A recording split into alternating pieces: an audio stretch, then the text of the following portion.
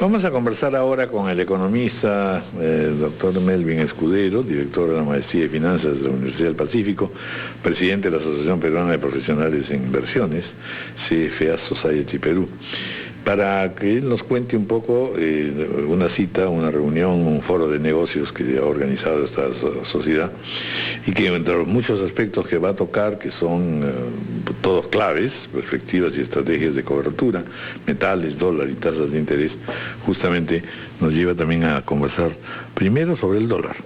¿Seguirá subiendo? ¿Qué se debe hacer? Que son las preguntas clásicas en realidad, ¿no es cierto? Hoy día, por ejemplo, sale una noticia que es curiosa, que dice, en realidad, bueno, los bancos están haciendo esfuerzos para pagar más, cada vez más por ahorros en soles, y que no el dólar, pero sí el dólar va a seguir subiendo, en consecuencia, ya ve usted qué hace, ¿no es cierto? ¿Cómo es el cuadro? Y sobre todo, es verdad que uno tiene que traducirlo todo esto a una experiencia absolutamente personal o familiar, ¿no es cierto? Y de mini, pequeña, mediana y gran empresa. ¿Qué nos puede pasar? ¿Qué nos está pasando? ¿Va a seguir subiendo el dólar? ¿Qué se debe hacer? Sí, la pregunta es bien. En realidad no hay dudas al respecto, ¿no? Entonces, cuando uno hace una revisión de lo que son las proyecciones a nivel global, autoridades, digamos, mundiales como el Fondo Monetario, el Banco Mundial, pero también los analistas de los bancos, coinciden todos que a nivel global el dólar se sigue fortaleciendo.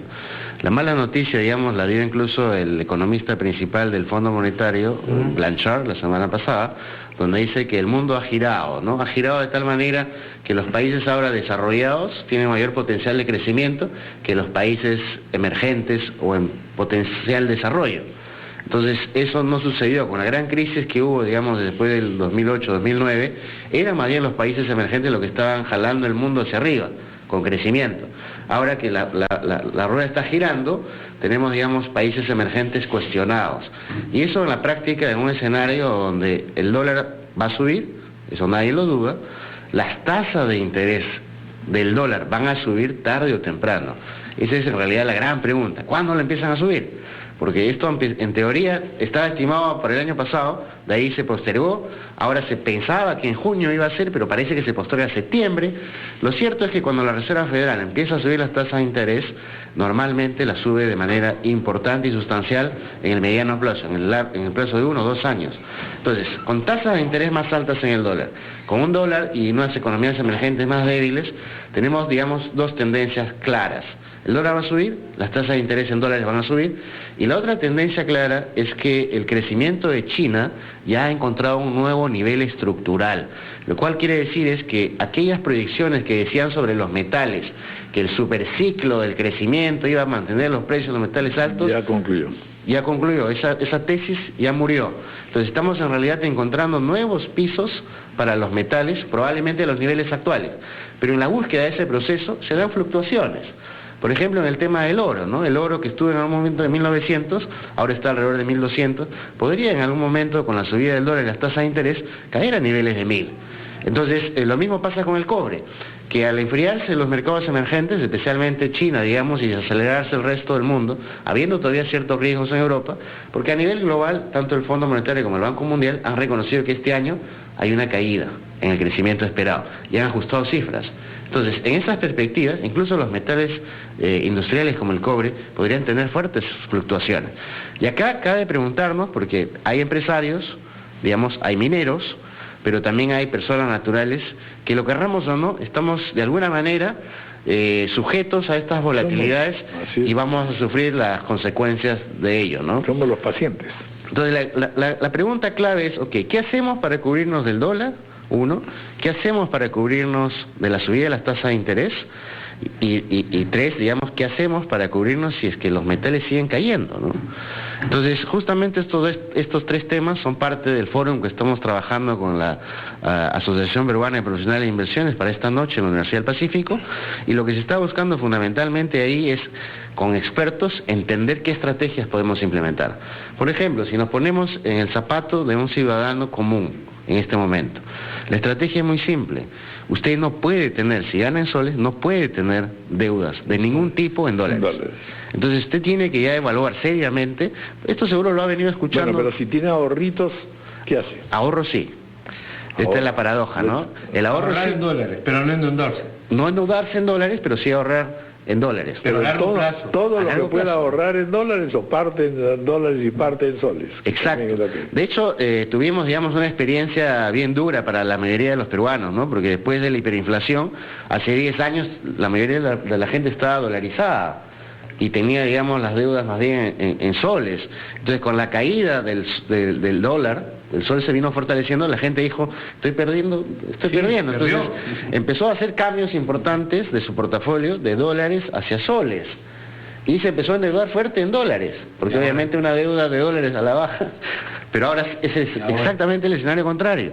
Y lo que sí uno tiene que estar seguro es que esto no es un tema de una semana, un mes o un año, es hacia largo plazo, ¿no? Nos mencionaba también este hecho que en realidad no se ha analizado todavía en la proporción de lo que significa, que es esta cita que el Perú tiene con el Banco Mundial y el Fondo Monetario Internacional.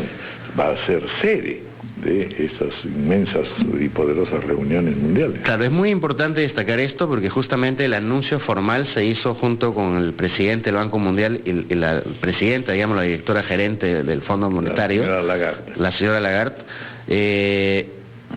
El ministro de Economía Segura y el presidente del Banco Central Velarde, ¿no? Ellos hicieron el anuncio de que Perú se va a convertir en la capital financiera del mundo en el mes de octubre. Y esto es muy importante porque pues, después de 48 años va a regresar esta reunión a Latinoamérica. Y la sede elegida ha sido Perú. Entonces esta también es una señal clara, que es un reconocimiento, digamos, mundial respecto a los progresos que hemos obtenido en los últimos años. O sea, no debiéramos ser tan pesimistas si nos comparamos, en fin, con la situación en general mundial y sobre todo latinoamericana. Por supuesto. De hecho, si uno ve, por ejemplo... El pesimismo está más bien por el lado político, por así decirlo. Es verdad. Que también tiene que coadyuvar, en realidad, a todas estas perspectivas o situaciones que el Perú tiene. Pongámoslos en 3 elementos. El primero es el tema de las perspectivas, ¿no? El Fondo Monetario, por ejemplo, hizo público su anuncio la semana pasada, justo en la reunión de primavera que tienen ellos en Washington, que el PBI de Perú, según ellos, va a crecer 3.8. Pero el ministro Segura insistió con el 4% de manera muy muy confiada, ¿no? Entonces, pero a la vez el Banco Mundial anunció en esa misma reunión de que el PBI de Latinoamérica iba a ser 0.8. Entonces, si nos comparamos con el vecindario, independientemente si el PBI es 4, 3.8, 3,5 o 3, en todos los escenarios, Perú sería uno de los líderes de crecimiento de la región. Ese creo que es un primer elemento, ¿no? Y un segundo elemento tiene que ver con la confianza que tienen los inversionistas extranjeros respecto a la economía peruana y las dudas que tienen los inversionistas peruanos respecto a nuestro propio futuro. Entonces pareciera, digamos, que los extranjeros confían más en nuestro futuro que nosotros mismos. Y eso es algo que no puede suceder, ¿no? Especialmente porque el inversionista local es el que finalmente tiene el timón de dónde se va a invertir, cómo se va a implementar todos estos, flujos que a largo plazo se tienen que ir invirtiendo, ¿no? Muy bien. Y el tercer elemento, digamos, tiene que ver con la importancia de esta reunión, porque hay que sacarle provecho. Y para sacarle provecho están viniendo a esta reunión multimillonarios fundadores de corporaciones globales, ¿no? Presidentes de entidades financieras. Se va a convertir pues en la reunión financiera más importante en la historia de nuestro país, con más de 15.000 personas, y es importante que tanto el sector público, el sector privado, haga el mayor de los esfuerzos por dar una buena imagen. Entonces acá hay que tener, digamos, incluso viendo el tema político. Porque va a ser justo en el escenario preelectoral. Claro, entonces... El otro tema. Y yo creo que es bien importante que los políticos y los candidatos que ya están surgiendo, digamos, incluso con agendas bastante definidas, lleguen pues a un consenso para proteger nuestra imagen como país y permitan que los extranjeros que van a venir se lleven pues una imagen de oportunidades, una imagen de estabilidad, ¿no? Muy bien, bueno, pues muchas gracias como siempre, doctor Melvin Escudero. Gracias por haber estado con nosotros. Vamos a hacer una pausa y de inmediato vamos a cantar. Vamos a cantar.